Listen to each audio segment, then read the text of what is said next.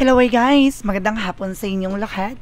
This is your Masagri channel, a fitiller o Zumata reader. So ngayong hapon na to, tignan natin ang sabihin sa iyo ng ating mga gabay. So this is special gabay for the month of July 18 hanggang July 24 for the sign of Leo. So Leo, welcome to my channel.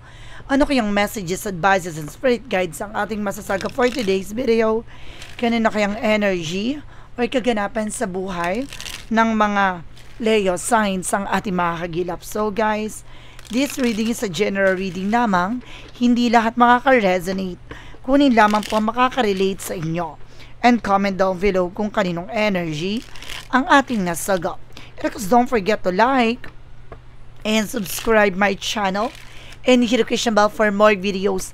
Update kasi maraming salamat po sa mga walang sawang pagsuporta sa aking channel. Lalo na ang di nag-i-skip ng ads na way pagpalain kayo ng Diyos at may kapal. Siksik liglig na gumapaw na biyayang manang-balik sa inyo. So let's see guys, what is the messages, advices sa iyo ng ating angel spirit for this sign of Leo. So let's see and watch this.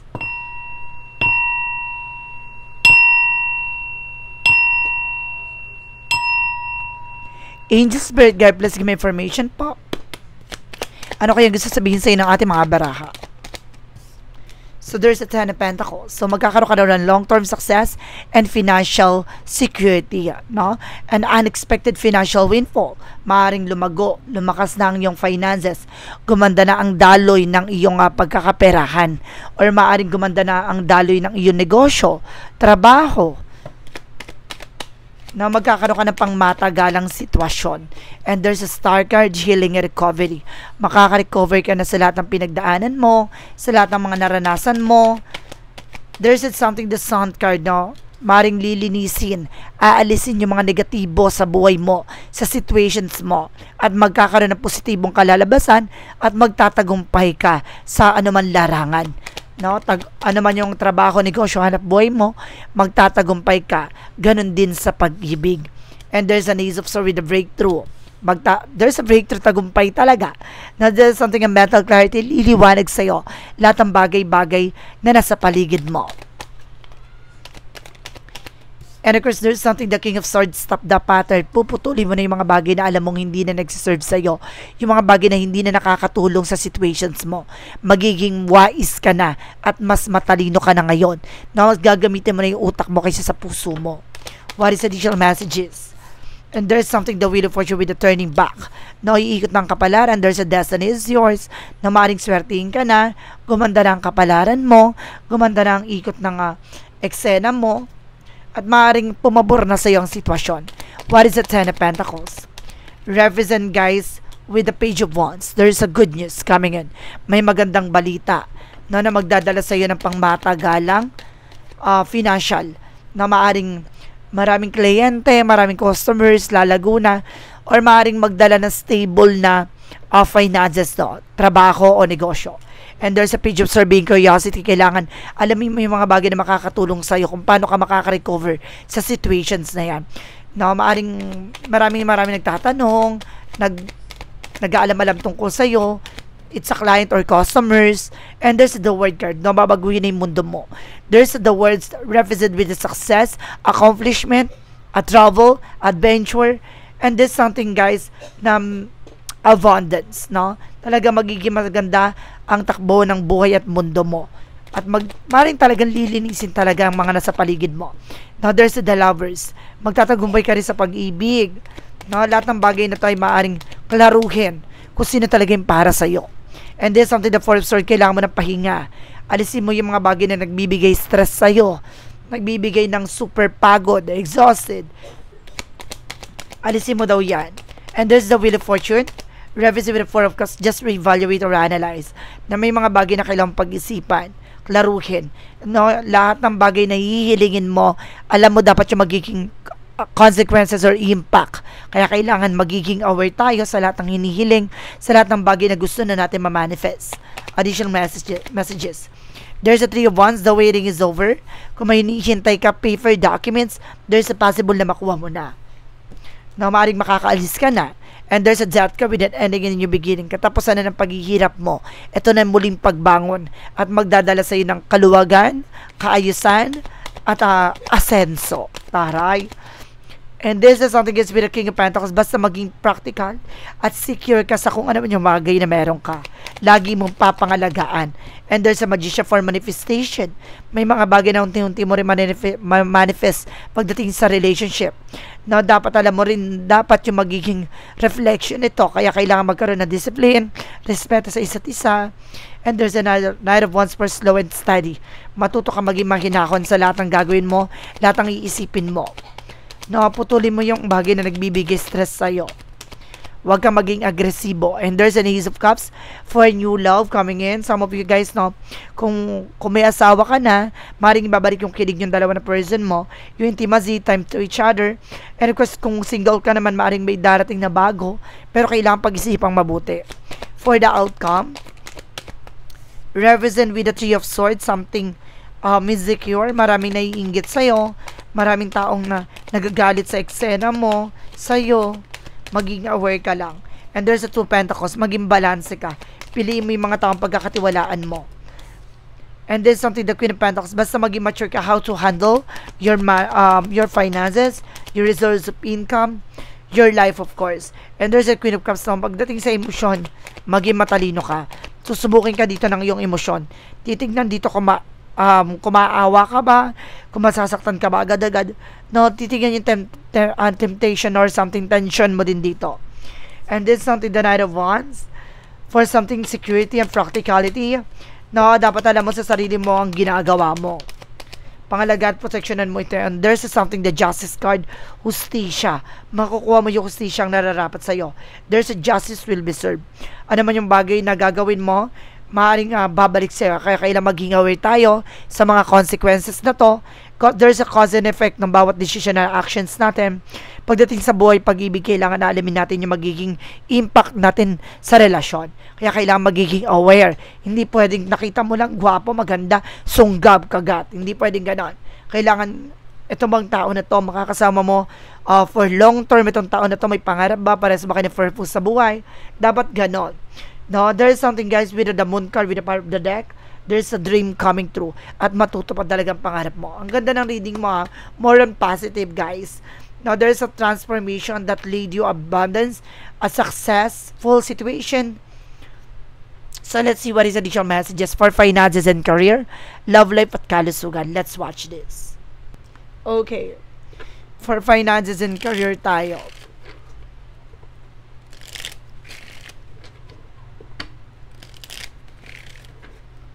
For finances and career. So there's something, the Ace of Pentacles with a big shot and big money coming in. May malaking opportunities talaga pagdating sa finances mo. May malaking pera paparating. There's a Page of Pentacles, invest wisely. Diba? Mas maging mautak ka na pagdating sa investment. And there's a Knight of Pentacles, there's a blossoming. Diba? May paglago talaga ng finances. Alam mo, puro magaganda ang ano mo, ha? Pasabog ka. And there's a major changes. Malaking pagbabago rin na magaganap sa buhay mo. And there's a Five of Swords. Magiging patas ang laban in reverse with a Five of Swords. Now, there's a Four of Wands for a lot of celebration. Na magiging maganda talaga daloy ng pagkakaperahan mo. Now, mas magiging mayabong o lalago, lalakas na to. Na, kumbaga, pagdating sa investment, maging matalino ka lang. Now, how to manage and control your finances. There's something, a big shot and big money talaga. What is additional messages? Pagdating sa love life, and there's a Queen of Wands by confident. So, kailangan lakas naman loob mo, maging matapang ka. Now, Five of Wands. Maraming taong tututol, maraming komplikasyon sa relasyon, argument.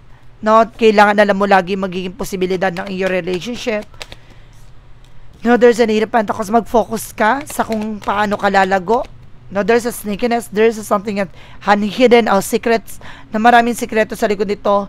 Marami kang bagay malalaman dito pagdating sa relasyon. Kailangan mo mag-pay attention. Na hindi pwedeng mapasa walang bahala. Kung may nararamdaman kang kakaiba, tumbukin mo kagad. No, may instinct ka, hindi ka magkakamali. Kapag iba'y naramdaman mo na may something third wheel, mararamdaman mo yan. Kailangan mo mag-take ng action dyan. So, pagdating naman tayo sa kalusugan mo, there's a Knight of Swords. So, there's a success driven. Na mawawala na yung stress, worries mo. And there's a Six of Swords, unti-unti ka rin daw makakabangon, makakawala na sa hindi maganda sitwasyon. Marami, na-burn out ka dahil ang dami mong iniisip, ang dami mong gustong gawin. No? Ito, there's a chart with an action movement. Tatambakan ka na. No? Kailangan mo ng kumilos dito at gumalaw. Kailangan mo na exercise din at the same time. There's an hyphen for lesson learned. No? May mga bagay na kailangan mo matutunan. No? Kailangan mo pakakatandaan. Umiwas ka sa malalamig, ha? And there's a temper with a solid foundation. Palakasin mo ang iyong immune system. Kailangan mo na exercise, meditations. No? Maring isa sa bagay na nagwo-worries ka dito, ang dami mong iniisip. Multitasking ka, na marami ng bagay na tumatakbo sa utak mo. Na special pagdating sa love life naman, kailangan lakas ang loob mo. There's a queen and king. So parehas kayo ng vision ng person mo. No, mayroon talaga naninira sa inyo. Maraming sekreto sa likod niyan, kailangan mo mag-pay attention. May third wheel dito na naninira sa relasyon. Mag-ingat kayo, may toxic family or toxic friends, or toxic co-workers, or toxic environment. So let's see what is additional messages for finances, for magical fire messages, advices and requests sa pick a card, yes or no. Kung bago ka sa channel ko, guys, ang pick a card, yes or no, pwede ka magtanong. Isa lang ang magiging sagot dyan within 1, 2, or 3. Kung nakapili ka na, please comment down below kung anong number na pili mo, malalaman mo ang sagot na yan sa dulo ng reading na to. Na-request, maraming salamat po sa mga nag-share ng aking videos. Sana mga uri ng social media platforms, maraming salamat po. Na-request, let's see what is additional messages with the magical fire messages advices. So let's watch this. Okay, with the magical fire messages represent what?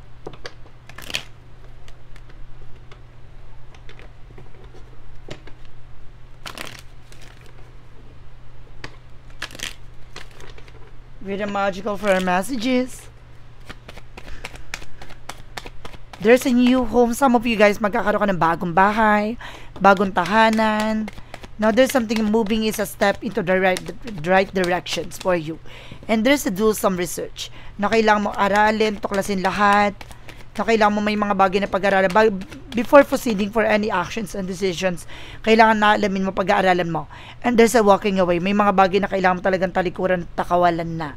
Now, live that in a healthy situation. Na like toxic co-workers, toxic environment. So, kailangan mong lumayo-layo, no? So, let's see what is the yin and yang oracle card. There's an attraction that you are being attracted to anyone. Na maaring malakas talaga ang charisma mo. And if there's a parties, no?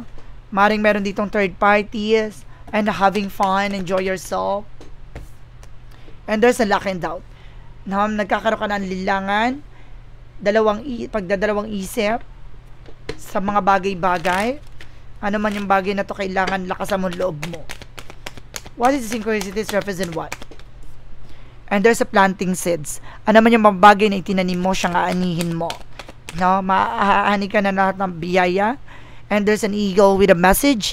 Maraming mensahe sa iyo ang ating universe, ang ating gabay na ipinababatid sa iyo.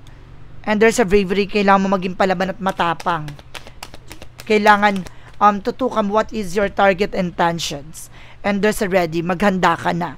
No, dahil babaguhin na to ang ikot ng kapalaran mo. What is the romance age for Mystic of Oracle deck? Represent yan na healing, releasing. Unting-unti nang hihilom. Ano man yung sugat, sakit ng nakaraan. And there's a crossroad, no? At the end of the time, kumbaga, pare sa makinang tatahaking landasin at direksyon na direksyon na pupuntahan.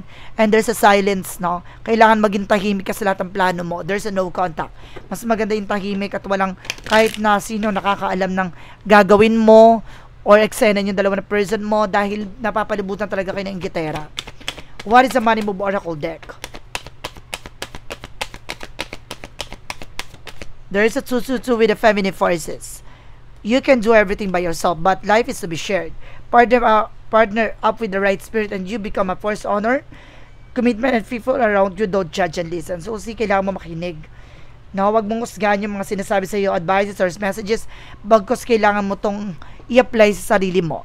Na may mga bagay na kailangan mo mag-pay attention sa sarili mo.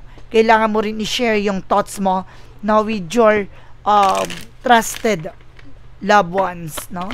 What is the Money Move Oracle deck? Represent with the duality. Don't lose your vigilance. Do not forget about the dual nature of people. Huwag mo kalimutan, no? Dalawang klase ang ugali ng tao. There's a good side and bad side. So, kailangan maging aware din tayo sa lahat ng gagawin mo. Pagdating sa finances, maraming tukso.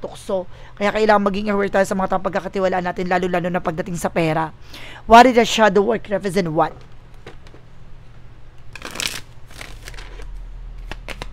What is the shadow work represent what? Mental contest.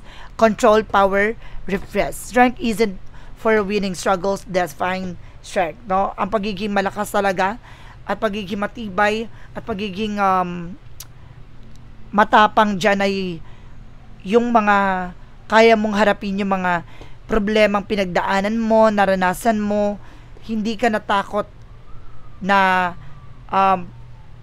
malagpasan lahat ng bagay na yan, bagkos lalo mong pinapangan sa sarili mo na kaya mo yan. And there's a clarifying for a love situation.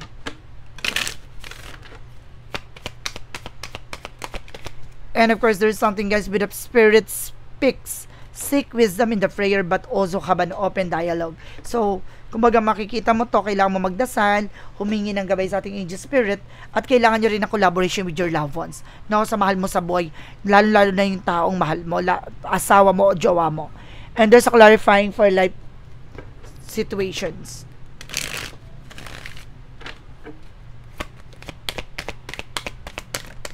And there's a flame of passion.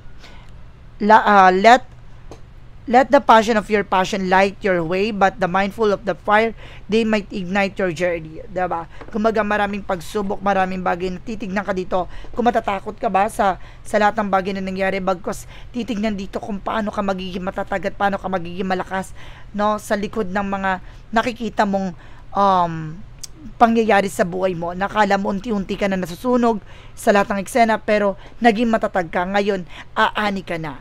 What is additional messages with a what lies beneath with the future?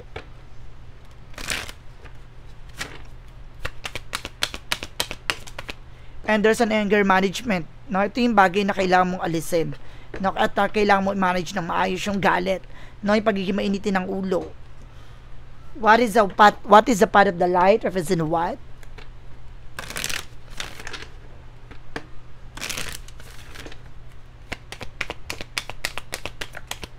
Represent with sacred connections.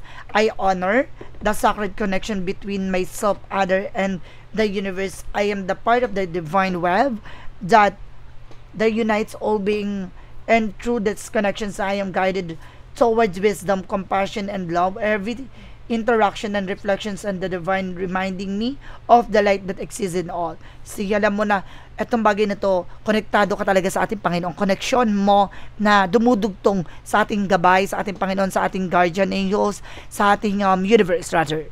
So let's see what is additional messages. Pagdating sa pick a card, yes or no, alamin natin magiging sagot sa tanong mo. Let's watch this.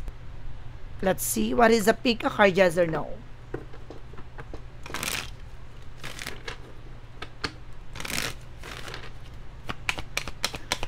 Number 1, there's a no. Having blind spot, what you see isn't real. Hindi porket nakikita mo, yan yung pinapakita, yan na yung totoo. Hindi. Minsan ko naman yung bagay na pinapakita, yun pa yung kasinungalingan taglay. So, wag kang maniniwala basta-basta. Kilalanin, unawain mo. There's a number 2, yes. Fitting it all into place, coming together, united. No, ibig sabihin talaga, nakalaan para sa ito, nakatugma to para sa iyo, and there's a yes. No, para sa iyo talaga yan. Number 3, there is a yes. Make a splash, deep dive, flowing easily into your life. The more na sasabay ka sa agos, sasabay ka sa eksena, mas dadali ang buhay mo. Wag mong harangin, wag mong pigilan. Hayaan mo siyang dumaloy ng kusa. There's a yes. So guys, this is a special gabay for the month of July 18 hanggang July 24 for the sign of Leo. So Leo, maraming salamat po for this wonderful reading. So once again, this reading is a general reading lamang, hindi lahat makaka-resonate. Kunin lamang po makaka-relate sa inyo. And comment down below kung kaninong energy ang ating nasagap. Because don't forget to like and subscribe my channel and hit notification bell for more videos update. Kasi maraming salamat po sa mga walang sawang pag-support sa aking channel. Lalo na ang di skip ng ads, away pagpalain kayo ng Diyos at may kapalsiksik liglig na gumapaw ni biyayang manang balik sa inyo. Maraming salamat and see you the next video. Bye-bye and babush!